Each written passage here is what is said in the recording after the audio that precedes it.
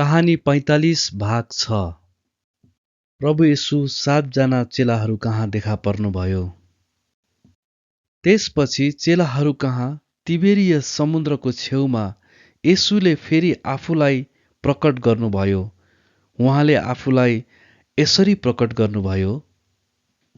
Simon पत्रुस, दिदुमस भन्ने थोमा, गालिलका काना नगरका नथानेल, जब्दिएका 2 छोराहरू र उहाँका चेलाहरू मध्ये अरू 2 जना एकसाथ थिए।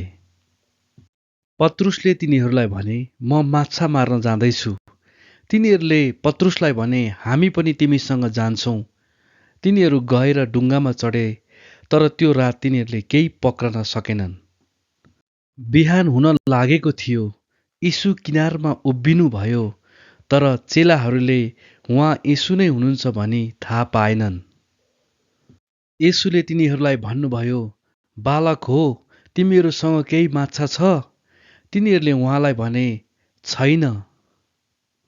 येशूले तिनीहरूलाई भन्नुभयो, जाल डुङ्गाको दाहिनेतिर हान, अनि भेट्टाउनेछौ।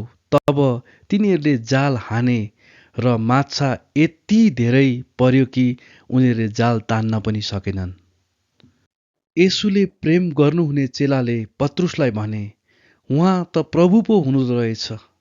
उहाँ प्रभु हुनुहुँदो रहेछ भन्ने कुरा सुनेर सिमोन पत्रुसले आफ्नो बाहिरको कपडा कम्मरमा लपेटे, किनभने तिनले कपडा खोलेका थिए र समुद्रमा हामफाले। अरू चेलाहरू चाहिँ डुङ्गामै बसी जाल तान्दै आए। तिनीहरू किनारदेखि टाढा होइन, तर लगभग 100 मिटर जति थिए।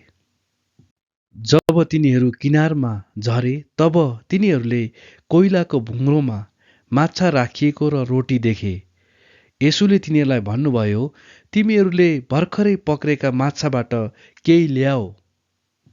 तब पत्रुसले डुङ्गामा चढेर 153 वटा ठुला ठुला माछाले भरिएको जाल पाखामा तान्दै ल्याए, तर यति धेरै माछा भए तापनि जाल फाटेन। येशूले तिनीहरूलाई भन्नुभयो, आएर खाऊ।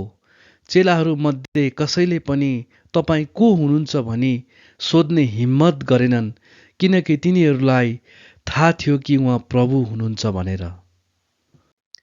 येशू आउनुभयो र रोटी लिएर तिनीहरूलाई दिनुभयो, त्यसै गरी माछा पनि दिनुभयो।